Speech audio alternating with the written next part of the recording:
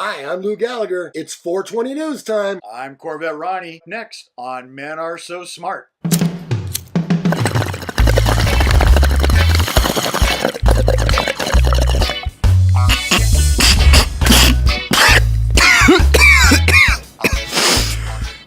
So, friends, if you visit the city of Gardiner, Maine, you may notice a little less debris along the streets and sidewalks. That's because dozens of people spent a sunny Saturday collecting trash all over town. What was the incentive? Isn't it obvious? Free marijuana. Bring us back a full trash bag and we give them a gift of cannabis. There's nothing like the gift that keeps on giving. This is per Dennis Meehan, owner of Summit Medical Marijuana in Gardiner. He and his family are using their brand new business to clean up the community. Well, I think that's nice. I heard of this little town in Colorado, he said. They did this, and they had a great response to it. So I was hoping to do the same thing in Maine. So here's how it works.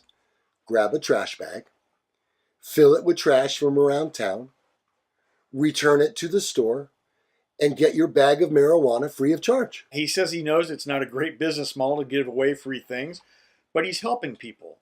Something that caregivers do all across Maine that very few people know about is that they make huge sacrifices every week to help others live a better quality of life. For Meehan and his family, this day of service isn't only about cleaning up the town, but educating people on what he says is a life-changing substance. It's profound. The research. There's a whole world of science out there. If you started the research today, 10 years from now, you'd still be doing research. When you see this plant have an incredibly life-changing impact on somebody that has given up on life, or somebody that has been given up on by modern medicine, and you can bring them back to life and give them a quality of life, well, it just doesn't affect the patient. It affects every single person in the family. Meehan and his family hope to extend the day of service to the whole state soon. Gardiner is one of the towns considering a moratorium on the sale of recreational marijuana before the statewide moratorium was approved.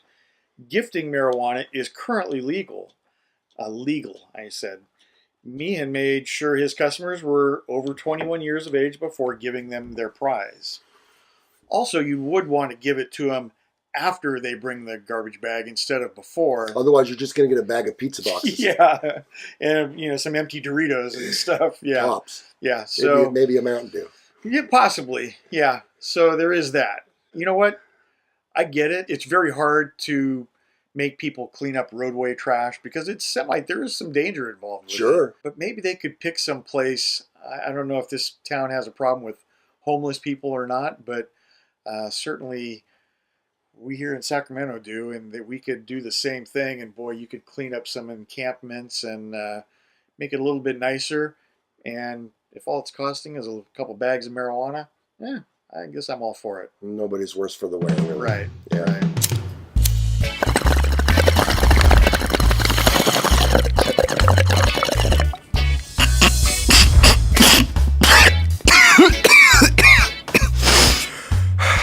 Story number 2 today.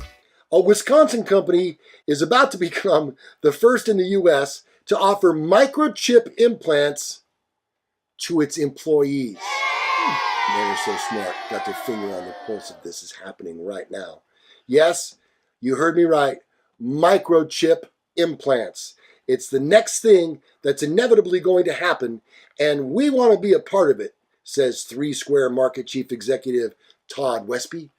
Just as people are able to purchase items at the market using their phones, Westby wants to do the same thing using a microchip implanted inside a person's hand. Oh, that sounds hinky. Yeah, we'll come up, scan the item, you explain, while showing how the process will work at an actual break room market kiosk. We'll hit the pay with a credit card, and it's asking to swipe my proximity payment. Now, hold up my hand just like my cell phone, and it pays for my product. More than 50 3 Square Market employees are having the devices implanted starting next week.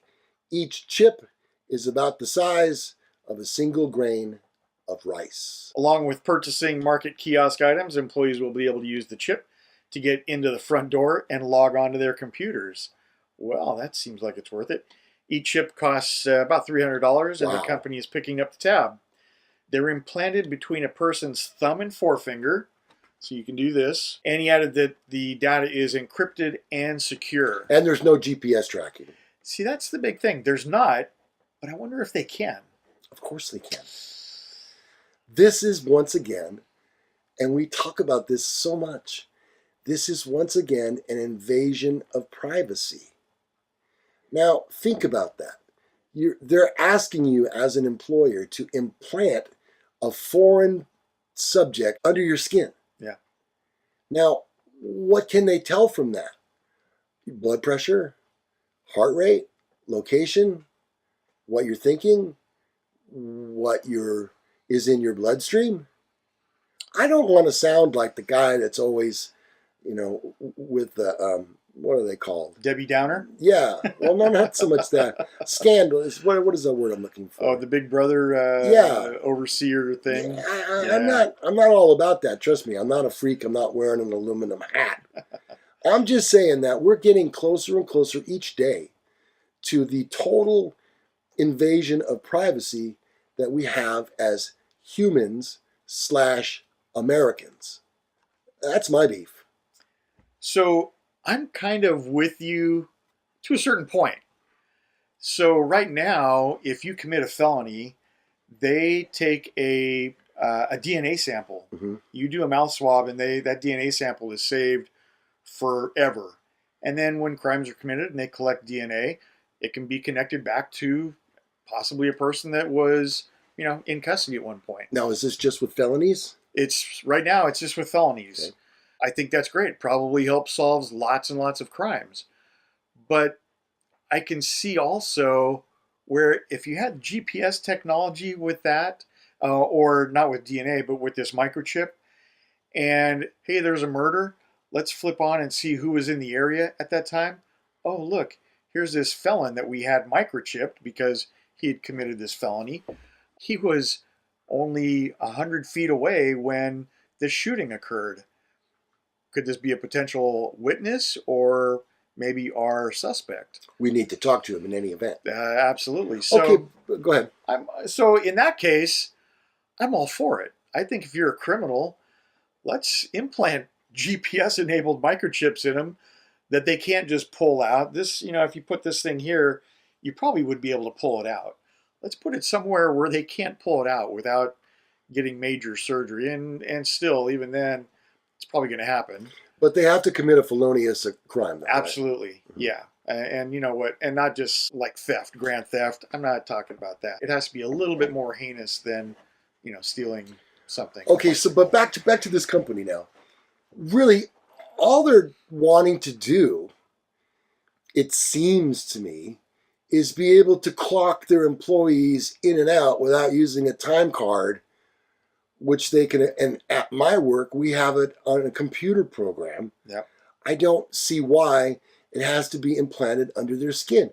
What other information are they trying to acquire? That's all I'm asking. Yep. What, punching the time clock, paying for the time cards is too much? So maybe they're trying to kind of get in on the ground level of this microchip technology. I can see that. Maybe the next step is a little bit more invasive into a person. Yeah, but I think they got that bass backwards. I think you're on the right track, Ronnie. I think with criminals, that's where this should start, because once they are determined to be guilty of a charge feloniously, then, I hate to keep throwing that word out there, but then they lose their rights as citizens. Yeah. And so an implant is then something that maybe should be done. I don't think you start with a company that makes plastic ducks. Yeah. Yeah, or selling, this sounds like it's a market or something. They're selling food possibly. In Wisconsin, of all places.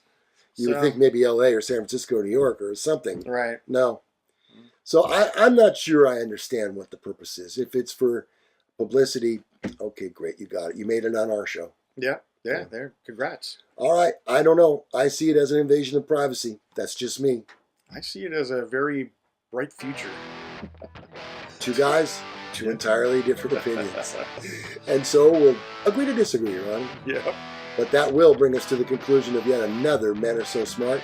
I'm Lou Gallagher. I'm Corvette Ronnie. You can subscribe right up here. Also, our links are down below right here. Get a hold of us. We appreciate it. Subscribe to our channel. Thanks for watching. Yeah.